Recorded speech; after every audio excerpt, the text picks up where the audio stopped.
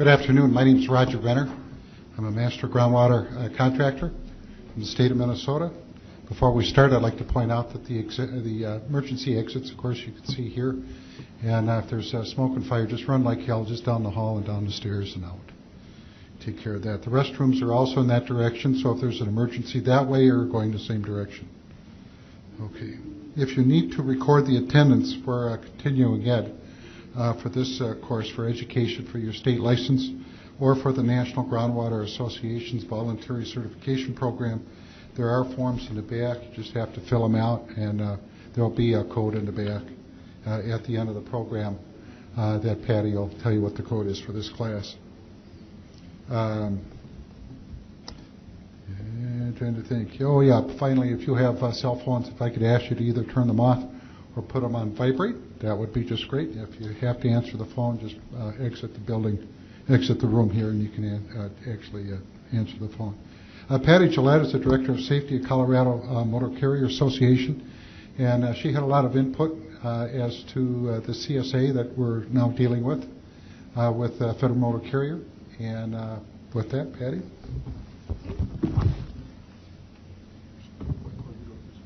Yep, thanks.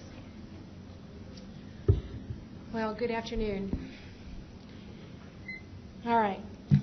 I know some of you from the last session. So for those who did not sit through my first session, do you run equipment that's more than 10,001 pounds? Do you have a DOT number? And do you have CDL drivers? And if you answered no to all of those, you probably don't want to sit through this presentation. And I'll ask another one from a comment in the other room. Anybody base plated in California? Okay, because California doesn't believe in state DOT numbers. So I'm going to go through CSA,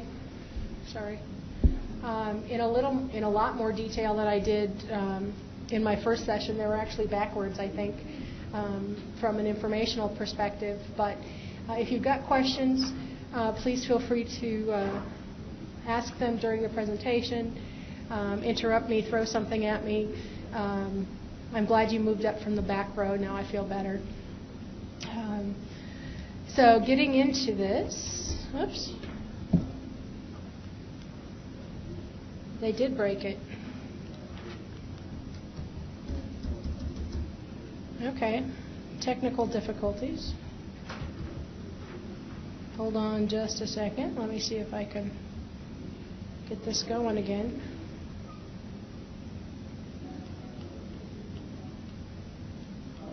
Okay, the AV guy, I think, hit a button he probably shouldn't have. Well, while we try to get this fixed, CSA, Compliance, Safety, and Accountability. It is the new and improved federal program or safety program from the Federal Motor Carrier Safety Administration. It started out in about 2005, 2006 with 4 states. Colorado, where I am from, is one of them. And help! Hello. It's stuck and it won't go anywhere. And so this has been around for a while. The original iteration was CSA 2010. It was a federal government program that was supposed to be fully implemented by 2010, hence the name. Since they didn't meet their deadline, they changed the name. And we are now in 2011 and still only have 9 states up. We hope to have all 50 states up next year, although I refuse to put any money on it. Even in a place like Vegas, I wouldn't put any odds on that one. So we're going to talk about the entire CSA program, what it is, what the numbers mean, how you can correct your data, and a couple of good ideas for moving forward with your safety program and that sort of thing. How many have looked at their CSA profile? Has anybody looked at it? Does anybody have a PIN number? Okay, so that's all right. That's homework piece number 1. You have to get a PIN number that goes along with your DOT number. You can do that either online or you can call your local FMCSA office and they will send you one. But you need that in order to get all of your company-specific detail information. I'm going to show you a lot of, go that way, really detailed information. I think we're in 226? Yep, that one. Yep.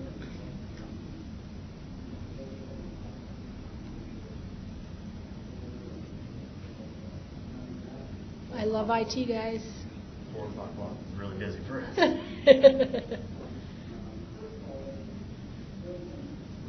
I know you've got like 10 choices and you came here, so you all get brownie points. Thank you so much. Uh-huh. Use the mic. I'm hard to hear. I'm hard. Oh, okay. Thank you very much. Okay, so there are 3 different sections of CSA. The first one is the safety measurement system, and that is all the data, the numbers, the website, all of that kind of stuff. The second is the safety fitness determination, and that is your rating. It used to be a rating of satisfactory, conditional, or unsatisfactory. That will change. However, everything in the safety fitness determination has to go through federal rulemaking. And that, if it follows any other DOT rule, is going to take at least 2 years, because the information that we've been told so far we don't like, and we being the trucking industry, and the lawyers are already having a fit. Instead of satisfactory, they are proposing that the term be continue to operate. Kind of wishy-washy, but no big deal. Instead of conditional, it would be marginal, not great, but not horrible. But instead of unsatisfactory, it would be unfit. And from a legal perspective, that puts the onus of liability on your company. And if you were to ever be involved in a crash, whether or not it was your fault, with an unfit designation, there's not a jury in the world or a lawyer in the world that would be able to defend that. If the federal government told you you were unfit, you shouldn't be on the road. And so those are the types of things that we're looking at in the details of the safety fitness determination to try to get changed before it gets made law. And so it's going to be a long and arduous process, but we've got a lot of people working on that. And the comprehensive intervention process, fancy term for audits. This is what the law enforcement folks do with your numbers. And we'll go through each one of these briefly. The safety measurement system, again, these are all the numbers. And this is the important part that is different from the previous program. Everything counts. Okay, all violations count, not just the out of service. So if you've got brakes out of adjustment, if you've got lights out, any minor issues, those are all going to count against both you and the driver of the vehicle at that time.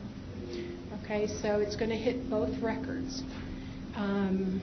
Weights, the time, I'm sorry, I got off my rhythm there. Everything is time weighted. What happens today counts more heavily than what happened last year or 2 years ago. So between 0 and 6 months, it'll be time weighted a 3. Between 6 months and 12 months, it's time weighted a 2. And between 12 and 24 months, it's time weighted a 1. After 24 months, it falls off your record completely. Everything is also weighted by severity, between a 1 and a 10. And that happens based on how that violation is tied to the risk of having a crash. So not having any brakes at all is going to be a 10. Speeding 2 miles over the speed limit is a 1. So it's ratcheted based on crash risk. There are a couple of things that do not fit into crash risk, but talk about the severity of the crash or the seriousness of the crash. One of those is seat belts. If a driver is caught without wearing a seat belt, that is a 7-point violation. Again, not wearing it doesn't mean that he's going to be in a crash, but if they are in a crash without a seat belt, it's more serious. Hazardous materials and load securement issues are typically going to be 10-point violations.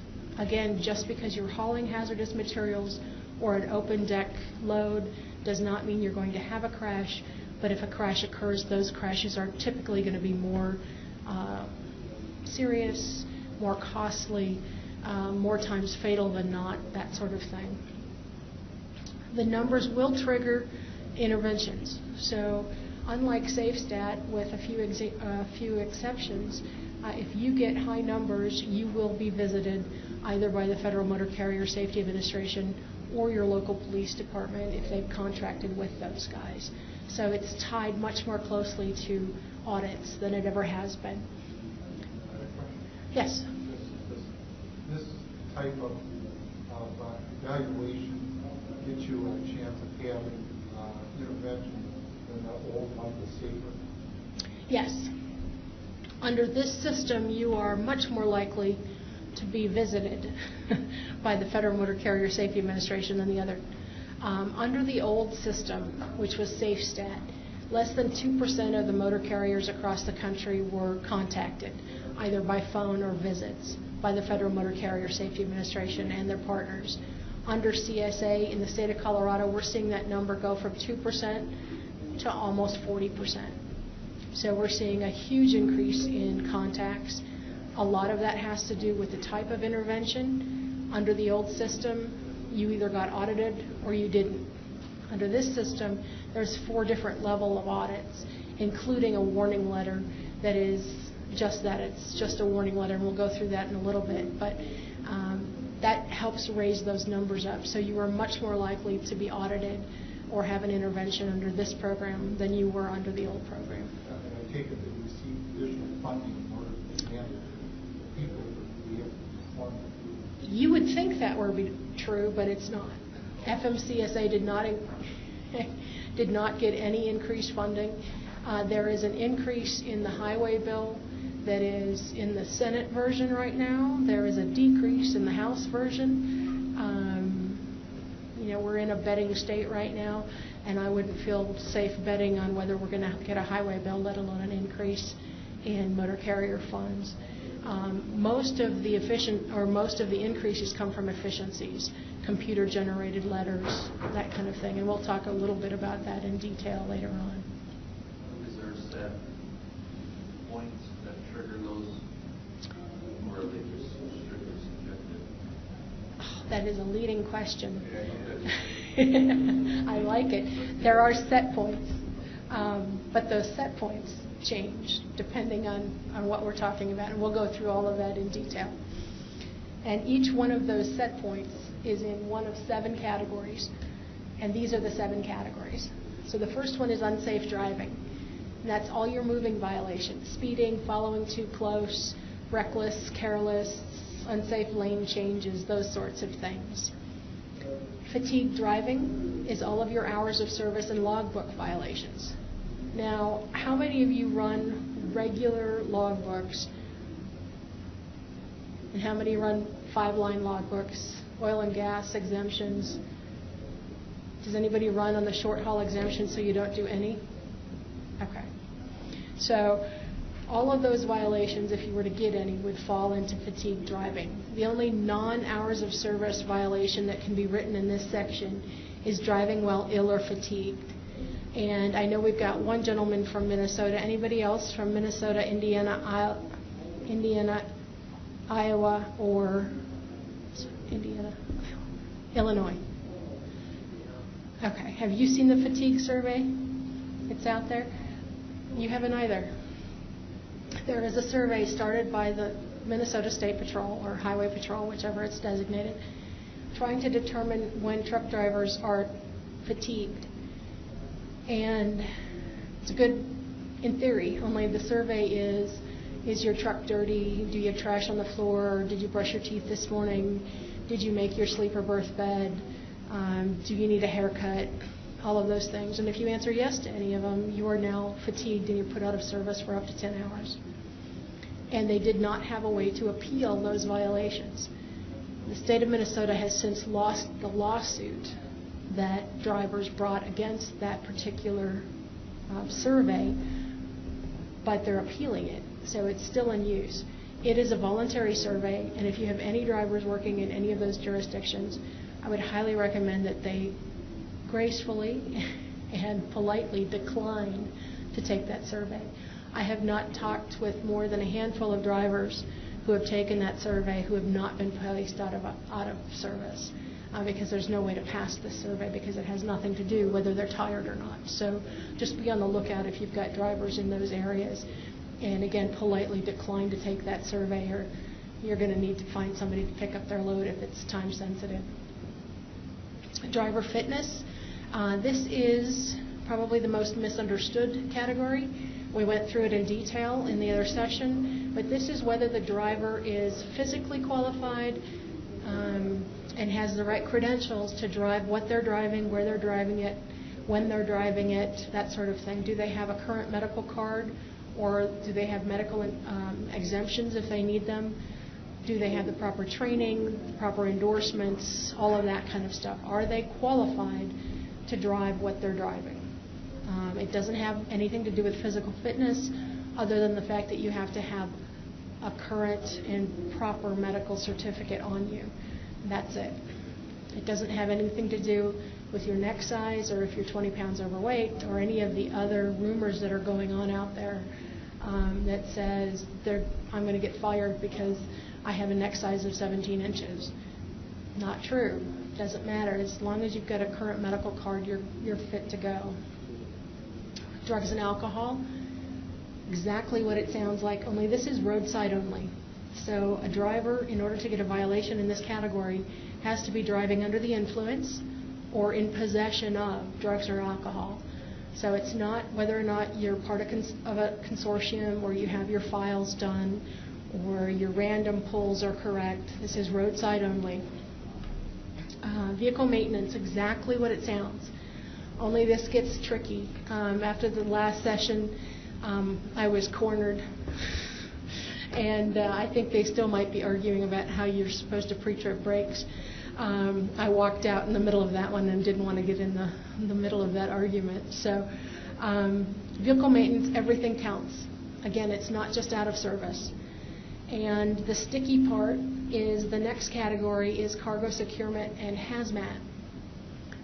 And after the first of the year, that category is going to go to hazmat only, and they're going to put cargo securement in with vehicle maintenance. And so it's good for the hazmat guys, bad for everybody else. And if you can imagine, load securement doesn't necessarily have anything to do with vehicle maintenance, and vehicle maintenance doesn't necessarily have anything to do with cargo securement. One's more of a mechanic, one's more of a driver, different issues, all that kind of stuff. So it's going to be a mess. So if anybody has open decks, flatbeds, which I know none of you would haul a flatbed, you're going to be in trouble, probably. If you've got an open deck, chances are you're going to see this category spike. And it's only because that's what the numbers are doing, and I wouldn't panic about it. And FMCSA is aware of it, and we're trying on a national level to fight that and leave hazardous materials by themselves, but then leave cargo securement by itself either or as well. So we've got some data issues there. But don't be surprised if you look at your numbers after the first of the year and that one spikes, because there's almost no way that it won't if you've got any violations whatsoever in either maintenance or cargo securement. And the last one is the crash indicator, and these are DOT recordable crashes only, and that's a fatality, an injury treated away from the scene, or a tow away for damage. And remember, the tow away part has to be for damage. I worked with a carrier that had 47 recordables one year, and I went in to do a little mini audit, and 38 of them were because he had a company policy that he sent a tow truck every time one of his trucks got stuck. Well, that's not a recordable accident because they pulled him out of the ditch, the truck drove off, there was no damage. So make sure that you've got that definition down and you're not holding yourselves accountable for crashes that you shouldn't be, because that will be deadly in the long run. And on that, drugs and alcohol, is that just DOT regulated roadside, or like operating a commercial motor vehicle, or is that Driver 100%. No, that is in a commercial motor vehicle. So along with everything, or all those categories, everything counts, but there's always exceptions. So it has to be in a commercial motor vehicle. It has to be tied with an inspection. So if you have a driver driving your truck to and from home for whatever reason, and they get picked up for speeding, and that's all they get is a speeding ticket, that will not show up on this system. It will only show up on this system if that law enforcement officer also does an inspection on that vehicle at the same time. And then the speeding will show up as well as the violations. But if it's just a speeding violation or just, I hate to say just a DUI, but if someone were to be pulled over for a DUI in a commercial motor vehicle and not be inspected, that will not show up on this system. It will show up on their MVR, but it will not show up on the CSA. It has to be tied to inspections. Well, it's been my experience recently, especially in Colorado, since Highway Patrol has that authority. If they pull you over for anything not DOT related, they're going to do an inspection. Yep. And pretty much 100% of the time anyway. So Yep. You can sort of blame me for that because I'm working with them on that. we can discuss that later. So it has to be tied to an inspection. It must be in a truck. And if you have out-of-service violations as a result of a crash, they do not count. And I point this out, they've never counted, but a lot of people don't realize that on an accident report, that officer has to check a little box that says out of service as a result of a crash. And if they check the wrong box or they forget to check that, all of those out of service now count against you. And if you've had a rollover or something, you could have a lot of violations and a lot of points against you just because they forgot to check that little box. So you need to check those and then challenge that data to make sure that it doesn't count against you and the driver. And lastly, violations must be written as part of federal code, not state, city, or municipal. So again, if you're driving down the street, get pulled over for speeding, even if they do an inspection, if they write on the inspection, in the case of Colorado, 42-4-203, that's not going to count because that's a state code. They have to write it as 392.2, other state and local laws, or 49 CFR 393, or whatever the case may be, but it has to be written as federal code or it will not count in this system. We're seeing in Colorado that we get both, and as a trucking association, we're working on that because we consider it double jeopardy to get an inspection written under federal code and a citation written under municipal code. So you're getting fined in two areas for the same thing, and we don't like that. So we talked about this a little bit, the time weighting, the severity weighting, the normalizing, big word for peer groups. You're going to get compared against carriers that are either the same size or have the same inspection activity as you do. Single inspection cap, if you have one of those ugly inspections that takes 3 pages to list all the violations, not everything will count against you. There is a cap of 30 points per bucket or per data category that will count. And if you get one of those inspections where the officer was irritated and they write you up for 15 marker lights being out instead of 1 fuse being out, only one of those light violations will count because the computer will only allow 1 violation per inspection to be counted against you. This gets into the nitty-gritty, and if you really don't want to listen to it, throw something at me or tell me to skip this part. I know not everybody likes math, and I tried to pare it down, but there's a certain amount of it that has to be in the presentation to explain what's going on. But for unsafe driving and crash, your numbers, which are the thresholds, take into account a combination of what kind of a trucking fleet you are, whether you use single trucks like straight trucks or combination trucks. And they take into consideration the number of vehicle miles traveled. So you need to update your MCS 150 with those. But they take all that into consideration to get you in your correct peer group or your safety event group so that you're compared apples to apples instead of apples to oranges. It's still not perfect, but it's way better than when it started. MCS 150, I asked this in the other session, so I'm only going to look at you three new guys. How many know what an MCS 150 is? And how many have updated it? Okay, so now there's 6 in the room that need to do it. So your MCS 150 is your motor carrier safety report? No. Safety? I don't even know what it stands for. But it's motor carrier identification.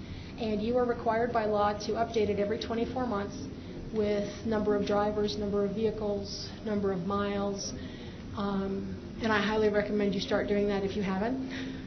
Eventually you will be required to do that before you can register your trucks because they're working on combining those databases. So you will be given extra credit if you update your miles on certain aspects of this because you're given credit for how you utilize equipment.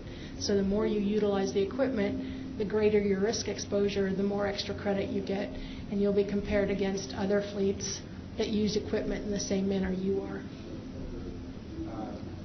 When you look at the date, if it says 09, you might think that you have to update. Don't, not 2 years. Right. You only have to update every 24 months, but I recommend that you do it anytime you have a major shift in operations. So if you go from 4 drivers to 40, that's huge. If you go from 2 million miles to 20 million miles, that shift is enough to make a big difference in your operations. If you go from 2 drivers to 4 drivers, wait for the 2 years. But yeah, 24 months. So right now you'd be looking at anything later than 09 from an 11. So 08 and back, you'd need to update. So these are the magic numbers. Under Safe Stat, it was easy. It was 75 in all 4 categories for everybody. And that's the only number anybody needed to pay attention to. If you were above 75, you were in trouble. If you were below, you were just fine. And as with any new program, you've got new words and you've got a nice little matrix that makes it much more difficult for everybody to remember. So, for those 7 categories, the other category is everybody that does not have a hazardous materials permit or authority to haul hazmat or the authority to haul people. So it's everybody else. For unsafe driving, you have to stay under 65%, fatigue driving 65, crashes 65, everything else is 80%. You have to be under those numbers. If you have hazardous materials permits and you haul placarded loads, those numbers are 60 and 75%. And if you have passenger authority, they're 50 and 65. And this goes back to when the hours of service was first appealed back in 2002. I don't know, we're on like our 7th appeal. The bus industry said, wait a second, you don't have enough data on us. We shouldn't have to play by the same rules as trucks. And Congress, or the judges said, you're right, we don't have enough information. So buses run under the old hours of service. I don't know if you knew that. But they're all running under the old hours of service. And trucks are running under the new hours of service. Well, it backfired under CSA because they said, you were right, we don't have enough data on you, therefore you're going to get inspected and we're going to keep a tighter eye on you. And so their thresholds are 50 and 65 instead of 65 and 80. So, and if you don't think that 15% makes a difference, it's really hard to keep those numbers as low as you have to for bus companies. Not that I'm advocating for higher numbers, but. Why is such a high threshold for drugs and alcohol versus why wouldn't you want that? Someone saying that fatigue is worse than being high on drugs or alcohol. It does read that way, except for the fact that these numbers in these categories are not meant to be compared across categories. So an 80% in drugs and alcohol does not mean the same thing as an 80% in our fatigue driving. So you can only compare your company in fatigue driving to your company in fatigue driving, and make those numbers make sense. You can't compare within your own company fatigue driving to hours of service to crashes. That's not a valid comparison, and it's another level of confusion for a lot of folks out there. So they're not meant to be compared within a company, and part of it is because of all the severity weights are so different. Drugs and alcohol mostly are 10s, and there's also zero tolerance for that. So if you get one violation in drugs and alcohol, you're going to get a number, and it's going to be substantial. If you get 2, you're probably going to get a warning letter. And so there's different keys and different triggers in each one of these categories. But the percentages themselves stand, but they don't mean the same thing across categories as you might think they would. This is the data sufficiency. This is good news, particularly for smaller carriers. The best record you can have is no violations, down all 7 of those categories. The next best one is insufficient data, meaning that you haven't had enough violations to even have a number posted. And for unsafe driving, you need 3 violations before you even get a number. So up until your 4th violation, you will have either no violations or insufficient data, which are both really good things to have. Once you hit that 4th violation, you'll get a number. Not necessarily a high number, but you'll get a number on that list. For hours of service, it's 3. Driver fitness is 5. And this is why in the last session I said driver fitness should be the easiest one to manage, because you've got a higher threshold of violations, plus you have more control over who you hire than you do what they do on the road. Controlled substances and alcohol, again, only 1. It's a 0 tolerance. If you get 1, you're going to be on the board with numbers. Maintenance and cargo are both 5, and crashes are 2. So for smaller companies that are not involved in a lot of crashes, you probably will never have a number unless you have 2 of them in 24 months. Okay? These are both 24-month, or all within 24 months. So carriers, these numbers are good for 24 months, 2 years. They stick with drivers for 3 years, and drivers really don't like this part. They're held accountable for 12 months longer than the company. They are also being held accountable at the roadside, far greater numbers than they were, and they're being held accountable in interventions. In Colorado, we used to hear about 1 or 2 drivers a year getting fined from FMCSA during an intervention or during an audit. You know, FMCSA had fined a driver that just, despite everything the company has done, just didn't want to do it right, and they would fine that driver, typically about $1,000. Since CSA has started, I'm hearing about 2 or 3 of them a month. So they're really going after the drivers and trying to get the drivers' attention that they have to do things right, and we're watching, and you better shape up or find yourself another job, because we're not going to put up with that kind of continued violations. There is no limit to the number of points either a driver can get or a company can get. Nobody cares on that raw number. Everything that matters is that percentage. So if you take the example, if you've got 10 trucks and you have 1,000 points, I don't know if 1,000 points are good or bad if you've got 10 trucks. But if you're FedEx and you have 1,000 points, chances are it's a really good number. But nobody cares. FedEx could have 50,000 points. And again, it's the math and the percentages that are compared that are the important part. Now, companies are starting to use the driver points one of 2 ways, either as an incentive or as a disincentive. Some of them are saying if you stay under 50 points for this quarter, you're going to qualify for a safety bonus. Or if you improve your safe driving score by X numbers or this percent, you'll qualify for a bonus. Other ones are saying you're going to be fine until you hit 50 points, and then we're going to start docking your pay. You can do whatever you want with it, but again, make sure that you're being fair to the drivers, that 10 points in load securement is not the same as 10 points in vehicle maintenance. You can get that in one violation. And do you think one violation is worse than 10 violations, or would you rather, put your time on the 10 violations, even though they're little ones, versus the one big one? So you have to pay attention to the points, but you can use them any way you want, but nobody cares about how many points you want. Now, math. I promise it's not as bad as it might look. Time weights, I already said, it goes from 3, 2, and 1 down based on time. If you are placed out of service, they add 2 points to your severity weight. And the violation severity weights are from 1 to 10. So, in this example, current level 1 inspection, which is both driver and vehicle, they found a break out of adjustment and a false log for which the driver was placed out of service. So the time weight is a 3 because it's current. Out of service weight, again, is +2. For the breakout of adjustment, that is a 4-point violation. The false log is a 7-point violation. So in the end, the break violation is 3 for the time times 4 for the severity. That's a 12-point violation that is put in your maintenance bucket.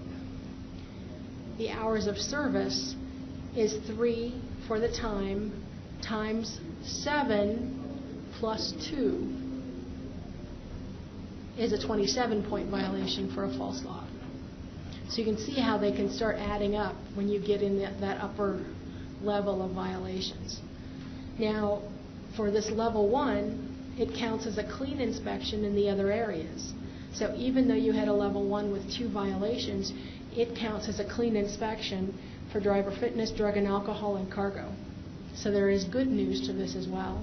It used to be if you had a clean inspection, you had to be perfectly clean, no violations found at all, and now you just have to be clean for that category for it to count as a clean inspection. Safety event groups, otherwise known as peer groups. There's one of these for every category, and I'm not going to go into it. I just want to let you know that they're out there. And this one is for unsafe driving, and you can see the first group, if you are a combination truck fleet, you're going to be compared with everybody else with the same number of unsafe driving violations. So if you have 2 speeding tickets on your record, you're going to be in safety event group, what? 0. You're not going to have a number, because remember, you have to have 3 before you even get a number. So if you're in 5, you end up in the first group. If you're 9, you're in group number 2. Now this is another one of the flaws in the system, is if you have today 8 unsafe driving violations, you're in peer group number 1, and say your percentage is 38. And they update CSA every month, and next month you add another speeding ticket. So you now have 9 violations. You change peer groups from 1 to 2, and your number that was 38 could go down or it could skyrocket. But you're now being compared against a whole different group of trucks. So that number in peer group 1 doesn't have anything to do with that number in peer group 2. So again, when you see huge spikes or huge drops in your numbers, the first thing you need to look at is if you change peer groups, because they are moving targets, and it's one of the things that we keep arguing about. And worse than that is if you say you are in unsafe driving and you're a 38.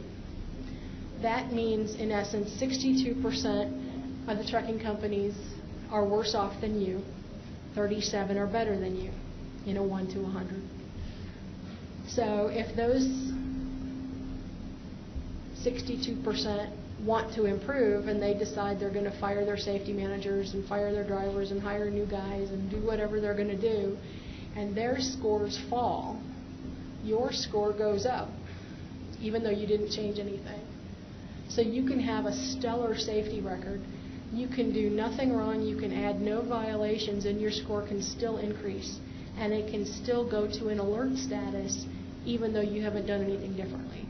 based on what the other people in your peer group are doing.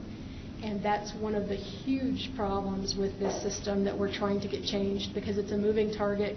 And if you've got a good safety system, you should be judged on what you're doing, not what your neighbor's doing.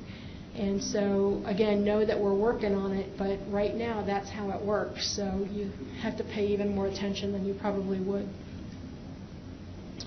Moving target, top violations. This is provided by Vigillo. Again, it's a third-party entity that will spin your data for you and put it in reports that you can actually read instead of some of the government reports that you find.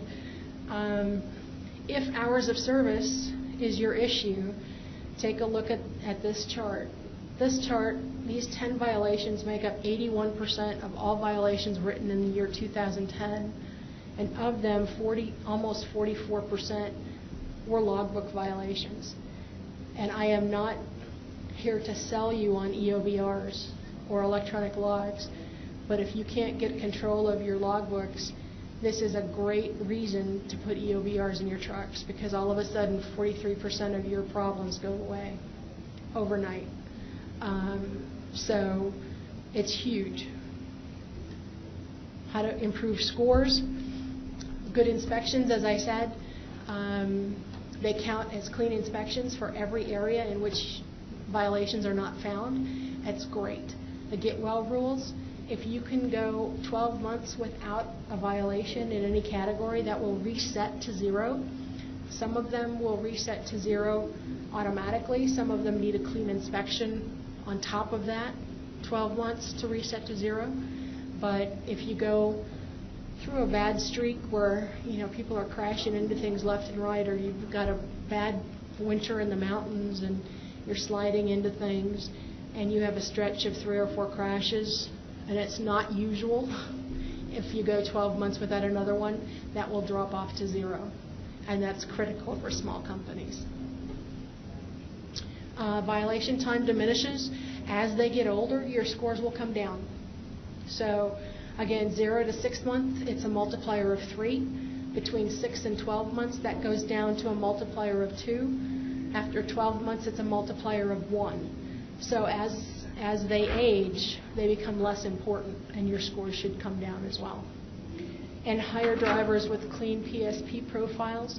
This is the pre-employment screening program, and it's another program offered by FMCSA that will allow you to get a report on your driver's roadside behavior. So you'll get a CSA report without the percentages. You'll get all the data for 3 years of roadside behavior and 5 years of crashes on your drivers. And you can get that in addition to your MVR. So it'll give you a clearer picture of the driving behavior of the drivers that you're interviewing. It will also give you a good idea on what they do for pre-trip inspections. Because if they're getting dinged for a lot of minor vehicle violations and lots of, torn mud flaps and brakes out of adjustment and chafing air hoses and all that kind of stuff that should be caught during a pre-trip inspection, you can see that they're not doing a quality pre-trip inspection. Whoops. Too fast. Okay. What happens if the data on your system is wrong? You need to get it cleaned up. And unfortunately, it's up to you. You can't just call the jurisdiction and say, hey, you screwed up, take it off my record. There's now an online program to do that. It's called Data Queues. And again, you need a PIN number. So that's like number 5 that I've talked about needing a PIN number for. You put in your DOT number, your PIN number, you log in, and you pick up the inspection that is wrong, and you tell them why you think it's wrong. It's not your DOT number, never heard of this company, you must have, I'm not a boss, those sorts of things, and they can take that off of your record. Drivers can do this as well. So again, if you've got a CDL, I would pull your own personal record, make sure what's on there is valid. And for your companies, you should look at it every month or so to make sure that all the violations attached to your company are actually yours and not somebody else's.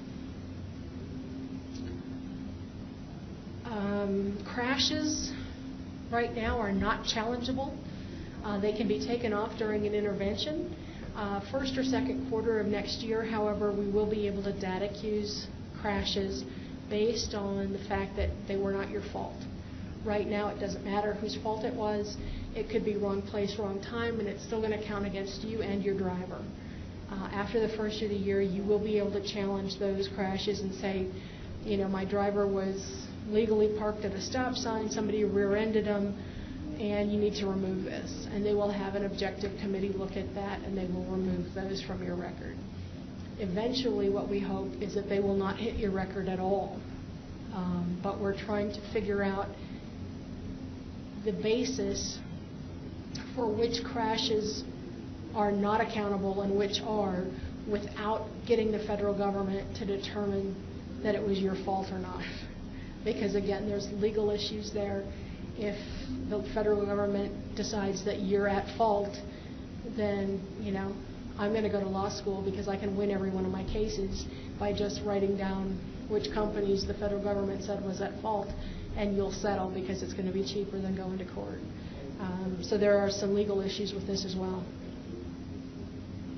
Predicting your scores, if you're interested in trying to figure out when you're going to hit alert status, or if you're in alert status, when you're going to get off alert status. These are the math that everybody dreads. This is the website. And I'm going to go through these fairly quickly because I know I'm running out of time. This is the overall website. This is all public information, and by public I mean not only can I put in your DOT number, or I can search by your name, or I can just say, show me all the Colorado carriers and what their scores are. Those are great reports for a safety person like I am, because I write reports all the time and I want to, you know, show me who the top 10 carriers are in the state of Colorado, or the worst 10 carriers are. Great reports. Don't mean a lot to anybody else, but this is all public information. I use it almost on a daily basis. Your competition is going to be using it, but more importantly, you need to know that this is open for the media and for the lawyers. And I know of probably 6 at least national news stories that are starting to quote CSA. One of them happened in California, one was in Arizona. The one in Arizona stuck out because the reporter went through this entire spiel about this person got killed by a truck, and that company had 21 fatigue driving violations, and it had, gosh, I want to say something like 100 violations total. They didn't bother to say that that company had 3,000 trucks and drove just over 500 million miles, and with only 21 log violations. And of those log violations, 20 of them were form and manner. They forgot to sign their logbook. They misspelled something. They didn't have the company name. They didn't have over hours violations.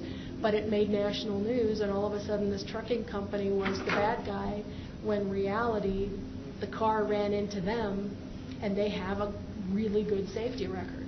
But they don't have to give the full story. They're going to give whatever story makes the news. And so you need to know that your numbers are out there for the media to use, for good or bad, and they're out there for the lawyers to use, for good or bad.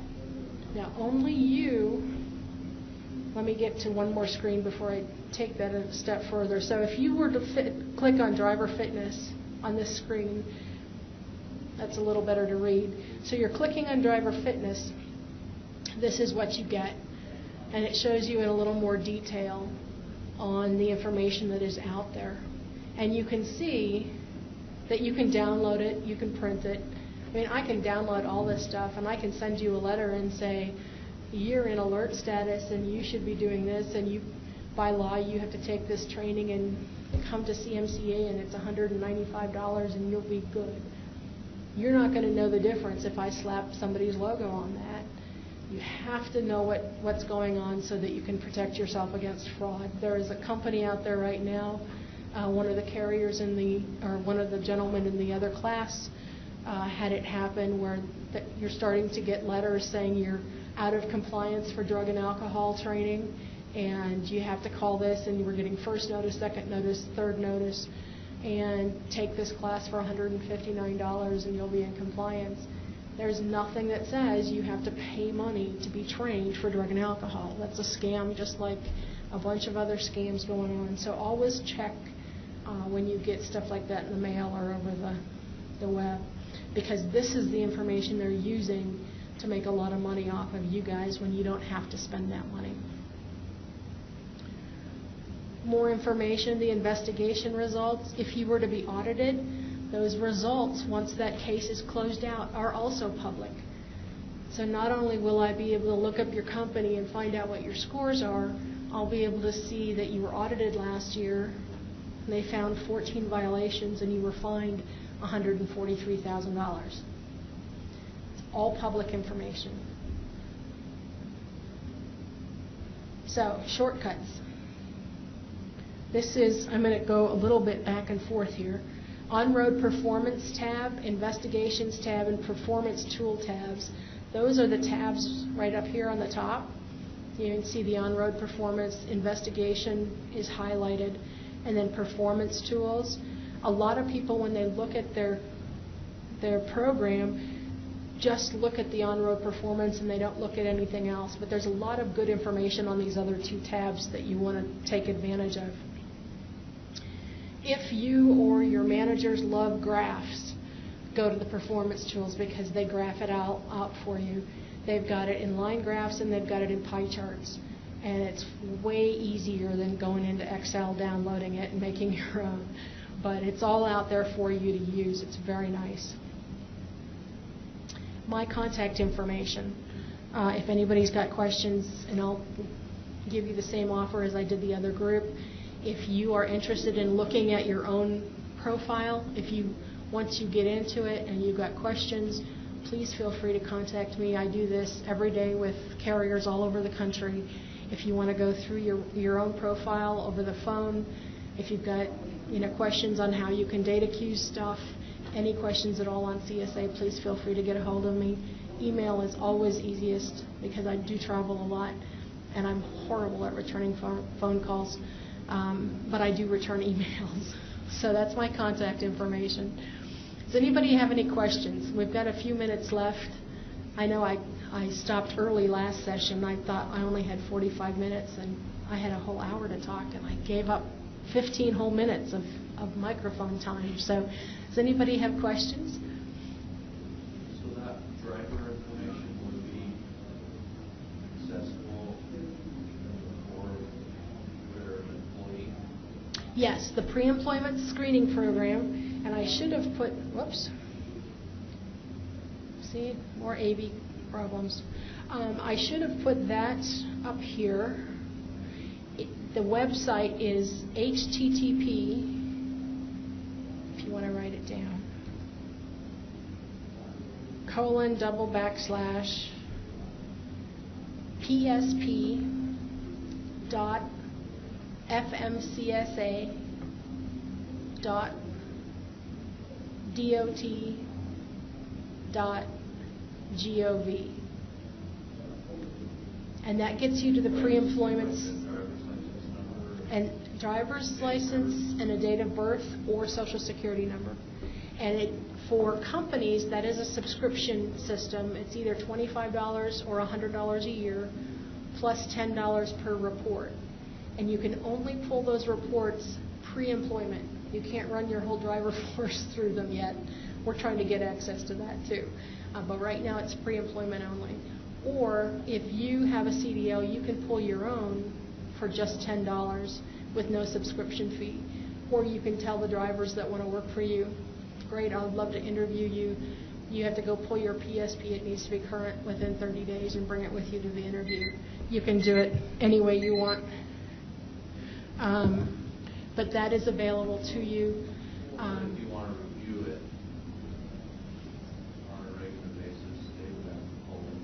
I would suggest that they pull it. And I really do recommend that anybody with a CDL or anybody that drives a commercial motor vehicle pull their own PSP and find out what's on it and make sure that it's got the right information. If you don't have any violations, great. But if you've got some violations on there, or if you've been through an inspection, it'll show all the inspection activity as well. And if you've got information on there that's wrong, you want to make sure you get that cleaned off your personal record as well as the company record, because insurance companies are starting to use that for your own, personal auto liability stuff. Companies are using it to hire. There's a lot of emphasis being placed on that record. So not only as a company do I recommend using it in the hiring process, and if you're hiring 2 people out of 200, you don't want to run 200 of these. But when you get that candidate pool down to a manageable, you've got your top 5 or 6, and you're going to send them for drug tests and other stuff, then that might be worth the extra $10 to get that report run for those, so you have a better idea of what happens on the road. Because an MVR includes only convictions. And this will include everything that happened out on the roadside, convicted or not. Other questions? Yep. I've got a driver, service tech after 10 years, ended up in 3 buoys on his private, not as it wasn't very work. And Federal Motor Carrier sent him a letter that revoked his license for life. Yep. DUIs are considered a serious traffic violation, and they're one of 2 violations that will count in your personal vehicle and can strip your CDL for life. Other serious violations, if you're caught speeding 15 miles over or more over the speeding limit, failing to stop at railroad crossing, some of those, the first one is kind of, you're on notice. If you get the second one within a year, you lose your license for 6 months. If you get a third one, you lose it for a year. And there's ratchets. But with DUIs, even in the personal vehicle, after the second one, you lose your license, and after the third one, you lose it forever. You can't get it back. So serious. 4-wheelers, motorcycles. Doesn't matter. Snowmobile, anything. You can be riding a horse. If you get a ticket, that's going to count. And a lot of drivers don't understand that what happens in their personal vehicle can affect having a job, and they can lose their license. And from a company perspective, whether you count DUIs on the personal vehicles as seriously as you would on a commercial vehicle, it is up to you to track those. Because if you've got a driver that gets his 3rd DUI, he no longer has, or she no longer has, a CDL. In this economy, are they going to come and tell you that they just lost their CDL for life? And you're going to now put a driver out in a truck that you may not know no longer has a license. So even though it happens in a personal vehicle, you have to keep track of that stuff. And that's one of the big reasons why you are required to pull an MVR every year. And the downside, especially with DUIs, is they will only show up on an MVR upon conviction. So if you get pulled over for a DUI and you beat it in court, or it gets thrown out or whatever, it's not going to show up. But if you get too many of those, all of a sudden that cumulative effect will finally catch up with you, and FMCSA doesn't like that. So you have to pull those MVRs every year. Any other questions, comments, concerns? Oh, that's right, the code number. That's why you're all still sitting here. All right, without my glasses, let's see. You guys had a lot of choices to go at 4 o'clock. I appreciate you coming here. Okay, here we go. The super secret code is P as in Patty, G as in Gillette, 43, S as in Sam, C as in Charlie. So PG43SC.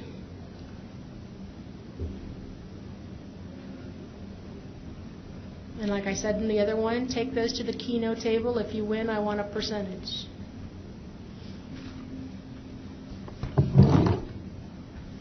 If nobody has any questions, that's all I have for today. And again, please, if you've got any questions later on, you think of something, just drop me an email. If you want a copy of the presentation, I'm happy to send it to you. Or I think National Groundwater has it available on their website as well. So thank you very much.